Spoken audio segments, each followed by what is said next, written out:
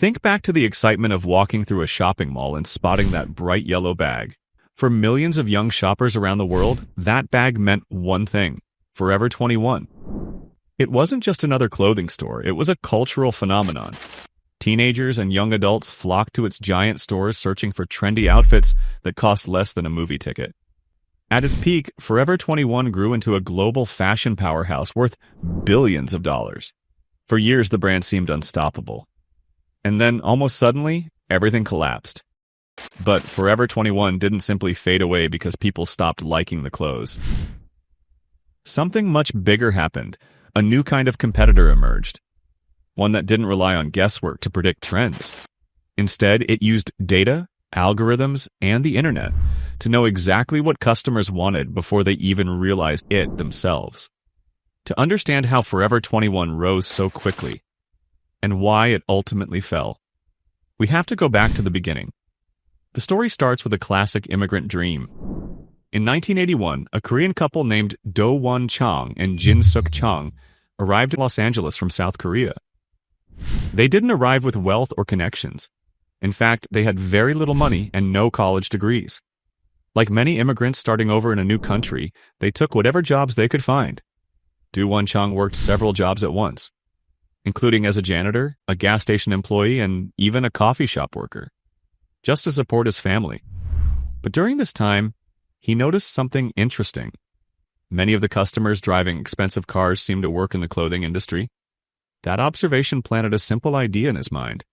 Maybe fashion was the opportunity he had been looking for. So in 1984, the couple took a huge risk, using their entire life savings, about $11,000. They opened a small clothing store in the Highland Park neighborhood of Los Angeles. The store was tiny, only about 900 square feet, and they named it Fashion 21. Their initial target customers were Korean American shoppers in the local community. But what made their store different was their approach to fashion.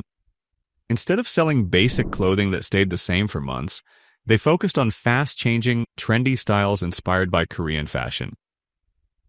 These designs moved quickly and felt fresh compared to what other American stores were offering.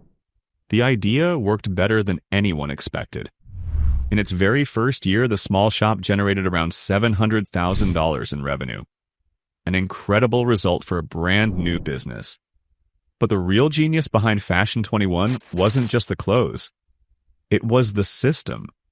Most clothing retailers at the time relied heavily on overseas manufacturing. That meant new designs could take months to appear in stores. The Changs took a different approach. They built relationships with local manufacturers in Los Angeles, allowing them to produce clothing much faster than competitors. This meant new designs could move from concept to store shelves in just a few weeks. That speed became the foundation of their success. Meanwhile, Sook Chang, who had no formal fashion training, developed a reputation for having an extraordinary instinct for trends. She personally selected many of the items that went into the store. But instead of ordering huge quantities of a few styles, she did something unusual. She ordered small amounts of many different styles. This created a unique shopping experience. Customers felt like they were on a treasure hunt every time they walked into the store. There were always new items arriving, and the selection constantly changed. More importantly, if someone saw something they liked, they had to buy it immediately, because chances were it wouldn't be there the next time they came back. That sense of urgency became one of the brand's most powerful marketing tools, even though it wasn't really marketed at all. People simply knew, if you liked it, buy it now. And the prices made that decision even easier. Clothes were incredibly cheap, sometimes cheaper than a parking fee in Los Angeles. With this formula of speed, variety, and extremely low prices, the business started expanding rapidly. Within a few years, the brand rebranded itself as Forever 21. And what started as a tiny neighborhood shop was about to begin its transformation into one of the most recognizable fashion chains in the world. But the strategy that helped Forever 21 dominate the fashion industry would also plant the seeds of its downfall, because the fashion world was about to change faster than the company ever imagined. And when the next generation of competitors arrived, they wouldn't just compete with Forever 21. They would completely rewrite the rules of the industry. As Forever 21 grew, it didn't just expand. It exploded. Through the 1990s and early 2000s, the brand began spreading across the United States at an incredible pace. What started as a small immigrant-owned clothing shop quickly transformed into one of the fastest-growing fashion retailers in the country. But Forever 21 didn't follow the traditional retail strategy. Most fashion brands opened smaller boutique-style stores in malls. Forever 21 did the exact opposite. They went bigger than anyone else. Whenever large department stores went bankrupt and left behind massive empty spaces inside malls, Forever 21 saw an opportunity. Instead of avoiding these huge locations, they embraced them. They took over those spaces and turned them into gigantic multi-level fashion stores. Some of these stores were over 35,000 square feet, making them feel more like fashion playgrounds than retail shops. Inside, customers could find almost everything: trendy tops, dresses, jeans, accessories, shoes, cosmetics, and even clothing for men and plus-size shoppers. For young shoppers, visiting Forever 21 became more than just shopping. It became an experience. Friends would spend hours walking through the endless racks of colorful clothes, discovering new styles and trying on outfits. By the early 2000s, Forever 21 had become deeply embedded in youth culture. If you were a teenager or college student looking for trendy clothes at extremely low prices, this was the place to go. The company's expansion continued globally. New stores opened across Europe, Asia, and the Middle East. Shopping malls competed to have a Forever 21 location because it attracted huge numbers of young customers. By 2015, the brand had reached its peak. Forever 21 operated hundreds of stores around the world, and its annual sales reached over $4 billion. The founders, Chang and Sook Chang, had officially become billionaires. What made their success even more remarkable was how tightly the company remained under family control. Unlike many large corporations, Forever 21 didn't rely heavily on outside executives or a traditional corporate board. Most major decisions still came directly from the founders themselves. For years, that approach worked perfectly. Their instincts helped the company move quickly and stay ahead of competitors. But as the business grew larger and more complex, that same structure began creating serious problems. And slowly, cracks started to appear. The first major issue was legal trouble. Starting in the early 2000s, Forever 21 began facing accusations that it was copying designs from other brands and artists. Over the next 2 decades, the company was hit with dozens of copyright lawsuits. Some of the cases involved major celebrities and fashion designers, including musicians and global brands who claimed their designs had been copied and sold without permission. While many of these lawsuits were settled privately, they damaged the company's reputation. Forever 21 began gaining a reputation as a brand that moved so quickly, it sometimes ignored the rules. But legal challenges were only the beginning. Soon, a much more serious controversy emerged. In 2012, investigations linked to the U.S. Department of Labor uncovered troubling working conditions within parts of Forever 21's supply chain in Los Angeles. Reports suggested that some garment workers were being paid extremely low wages, sometimes as little as $4 an hour, while working in unsafe conditions. The news triggered outrage among labor rights activists and consumers. For years, shoppers had been thrilled by the unbelievably cheap prices. But now many people started asking a difficult question. How could clothing be sold so cheaply without someone paying the price behind the scenes? At the same time, the fashion industry itself was changing. A new generation of consumers, millennials and later Gen Z, were becoming more aware of issues like sustainability, ethical labor, and environmental impact. Suddenly, the idea of buying extremely cheap, disposable clothing didn't feel as exciting as it once had. Organizations that evaluated fashion companies on transparency and ethical production began ranking brands based on how responsible their practices were. Forever 21 performed poorly in many of these rankings.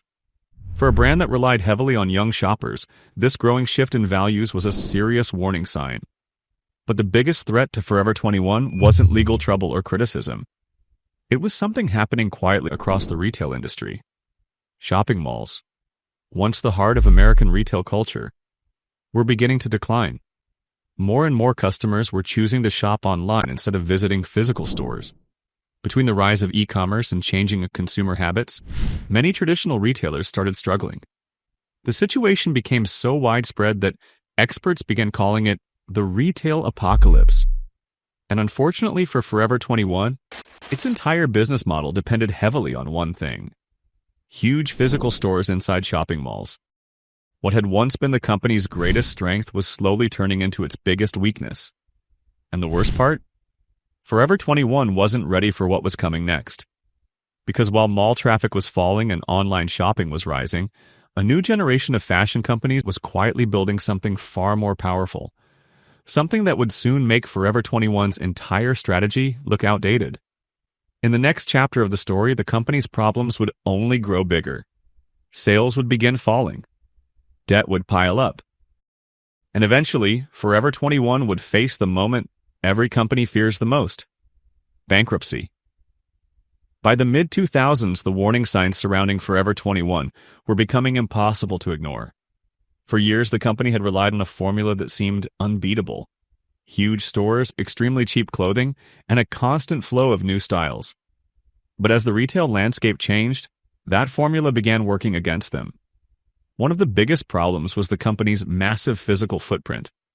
Forever 21 had spent decades opening enormous stores in shopping malls around the world.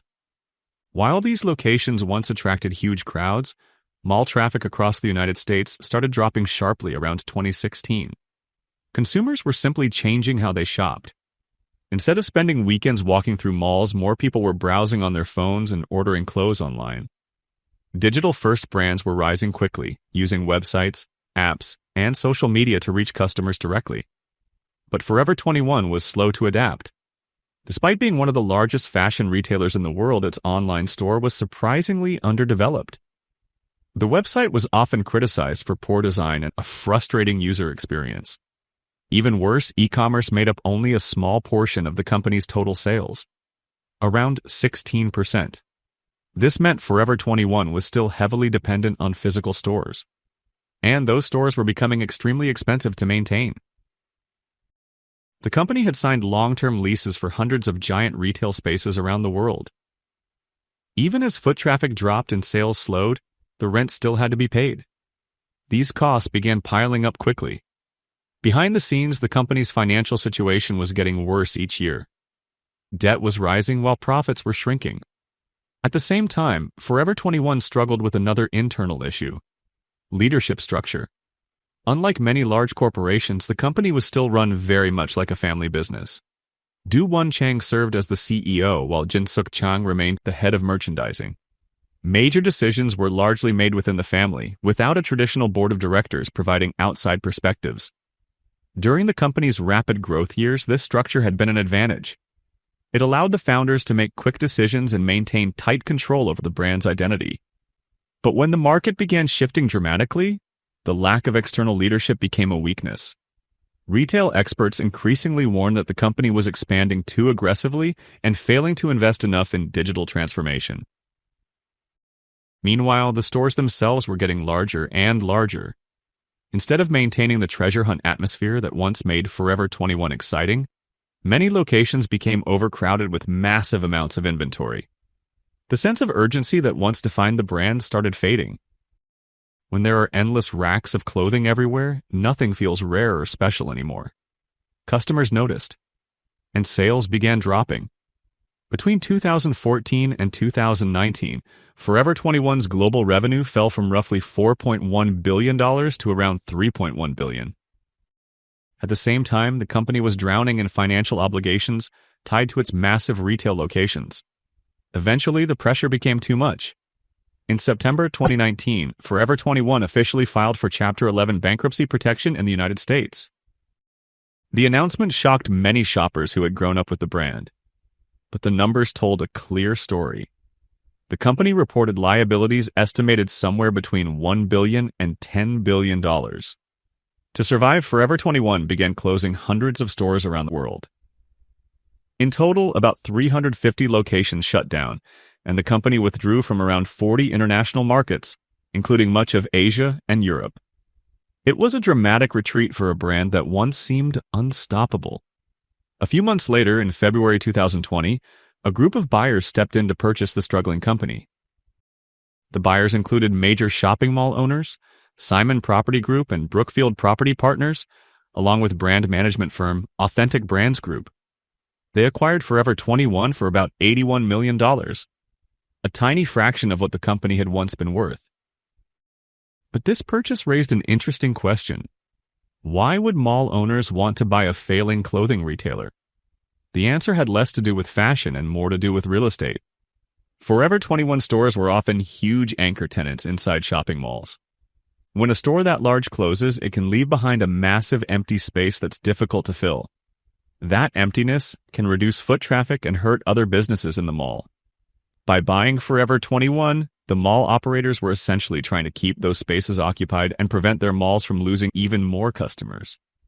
In other words, the goal wasn't necessarily to reinvent the brand. It was simply to keep the stores open and the rent flowing. And that meant the company continued operating under the same basic strategy that had already caused so many problems. Large stores, heavy reliance on malls, limited digital innovation. The underlying issues hadn't really been solved. They had only been postponed. Then, just weeks after the acquisition was finalized, the world changed. In early 2020, the global pandemic shut down malls, disrupted supply chains, and accelerated the shift toward online shopping faster than anyone could have predicted. For Forever 21, the timing could not have been worse. Because while the company was struggling to recover, a new kind of competitor was rapidly rising, one that would take fast fashion to a level the industry had never seen before. And this time, the competition wasn't just faster. It was smarter. By the early 2000s, Forever 21 wasn't just dealing with financial problems. It was facing a much deeper issue, a cultural disconnect. For millennials who grew up in the 2000s, Forever 21 had been an exciting place. Walking into one of its huge stores felt like a treasure hunt. Every visit offered the possibility of discovering something new and trendy at an unbelievably low price. But the next generation of shoppers saw things differently. Gen Z, the new dominant group of young consumers, had very different values and shopping habits. Instead of wandering through crowded mall stores, they were discovering fashion through social media platforms like TikTok and Instagram. Trends no longer came from fashion magazines or store displays. They came from viral videos, influencers, and online communities. This generation also valued something that Forever 21 struggled to provide: authenticity. Many Gen Z shoppers preferred unique, curated styles rather than racks of mass-produced clothing. Thrift stores, resale apps, and vintage fashion began gaining popularity. Platforms that allowed people to buy secondhand clothes or discover niche styles suddenly felt more exciting than traditional fast fashion retailers. At the same time, awareness about environmental issues was growing rapidly. Fast fashion was increasingly criticized for producing enormous amounts of waste. Clothes were often worn only a few times before being discarded, contributing to pollution and overflowing landfills. For many younger consumers, the endless racks of cheap clothing inside Forever 21 started to feel less like an opportunity and more like a problem. The brand that once defined youth culture was now starting to feel outdated. But cultural shifts were only part of the challenge. A new generation of competitors was emerging, companies that had been designed for the digital world from the very beginning. Among the most powerful of these new players was Shein. Unlike Forever 21, which had built its empire through physical stores, Shein operated almost entirely online. Its entire business model revolved around speed, data, and digital technology. Traditional fashion retailers relied on designers and buyers to predict trends months in advance. But Shein approached fashion in a completely different way. Its system used algorithms to scan social media, online shopping behavior, and fashion websites in real time. By analyzing huge amounts of data, the company could identify emerging microtrends almost instantly. Once a trend was detected, Shein could move incredibly fast. Instead of producing huge batches of clothing like traditional retailers, it manufactured very small quantities, sometimes just a few hundred items, and listed them online. If the product sold well, production increased. If it didn't, the item disappeared quickly with minimal losses. This data-driven system allowed Shein to release thousands of new designs every single day. Compared to this level of speed, even fast fashion pioneers like Forever 21 suddenly looked slow. and the difference in scale was staggering. By 2024, Shein's estimated revenue had grown to around $38 billion, far exceeding Forever 21's peak sales from a decade earlier. Another advantage came from global shipping rules. For years, a U.S. trade policy known as the de minimis rule allowed packages valued under $800 to enter the country without import duties. By shipping millions of small packages directly to customers, companies like Shein and Temu could avoid certain costs that traditional retailers still had to pay. This allowed them to offer prices that were sometimes even cheaper than Forever 21. The competition was brutal. Forever 21 realized it couldn't win this battle using its old strategy. So in 2023, the company attempted a surprising move. Instead of fighting Shein, it decided to partner with it. Shein purchased a significant stake in Forever 21's operating company, while Forever 21 gained a minority stake in Shein. The deal even allowed Shein products to appear inside Forever 21 stores. In some ways, the partnership turned the former rival into a physical showroom for the digital giant. But the collaboration couldn't reverse the deeper problems facing the brand. Sales continued to struggle. The business model still relied heavily on large retail locations. And the fashion industry had already moved on. Finally, in March 2025, the U.S. operator of Forever 21 filed for bankruptcy once again. But this time, the situation was different. The filing wasn't intended to restructure the company. It was meant to liquidate it. After decades of growth, expansion, and cultural influence, the brand had finally reached the end of its journey as a major retailer. The story of Forever 21 reveals a powerful lesson about modern business. For years, the company succeeded because of human intuition, the ability of its founders to sense trends and move quickly. But in the modern digital economy, intuition alone is no longer enough. Companies powered by data, algorithms, and technology can move faster, react instantly, and understand consumer behavior on a scale that humans simply cannot match. Forever 21 built its empire on shopping malls and massive stores. Its competitors built their empires on apps, data, and global logistics networks. And when those two worlds collided, the outcome was inevitable. Because in today's economy, one truth is becoming clearer than ever. Debt and outdated business models can't compete with data-driven innovation. The bright yellow shopping bag that once symbolized the excitement of fast fashion has faded from the spotlight. But the lessons from its rise and fall will continue shaping the future of retail for years to come.